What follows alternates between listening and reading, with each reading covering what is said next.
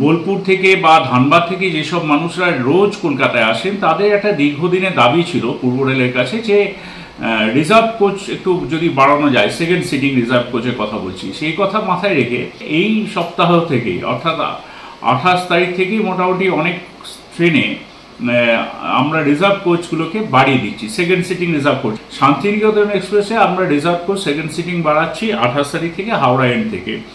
Coalfield express, যেটা হাওড়া থেকে ধানবাদের জন্য একটা উল্লেখযোগ্য ট্রেন বা ধানবাদ থেকে হাওড়া আসার জন্য উল্লেখযোগ্য ট্রেন, এইখানেও হাওড়া এন্ড থেকে আমরা রিজার্ভেশন কোচ জেনারেল সিটিংয়ে সেকেন্ড সিটিংয়ে আমরা বাড়িয়ে দিচ্ছি 28 তারিখ থেকে।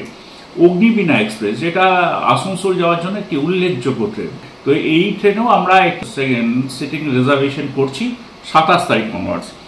এবার আসি মালদা ইন্টারসিটি। মালদা ইন্টারসিটি যেটা হাওড়া এবং মালদার মধ্যে চলে, তো 29 তারিখ থেকে হাওড়া এন্ড থেকে মালদা ইন্টারসিটিটা কোচ আমরা দিচ্ছি সেকেন্ড সিটিং রিজার্ভেশন। এরপরে আসি বিশ্বভারতী ফার্স্ট প্যাসেঞ্জার হাওড়া থেকে রামপুরহাটের উদ্দেশ্যে। এইখানে পূর্ব রেল সিদ্ধান্ত নিয়েছে second sitting reservation coach provide করা, এবং এটি চালু হচ্ছে 30 তারিখ থেকে হাওড়া এন্ড থেকে।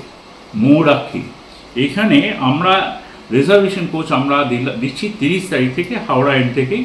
হুল এক্সপ্রেস, সিউড়ি যাওয়ার জন্য, সিউড়ির মানুষের জন্য এটা খুব গুরুত্বপূর্ণ ট্রেনটি।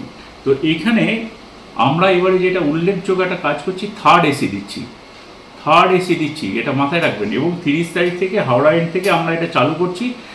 একটা এতদিন হুল এক্সপ্রেস ছিল 13 কোচে, 13টি কোচ চলতো হুল এক্সপ্রেসে, এবার থেকে 14টি কোচ চলবে। এটা অত্যন্ত আপনাদের জন্য আমার মনে হয় খুব ভালো খবর সব মানুষের জন্য।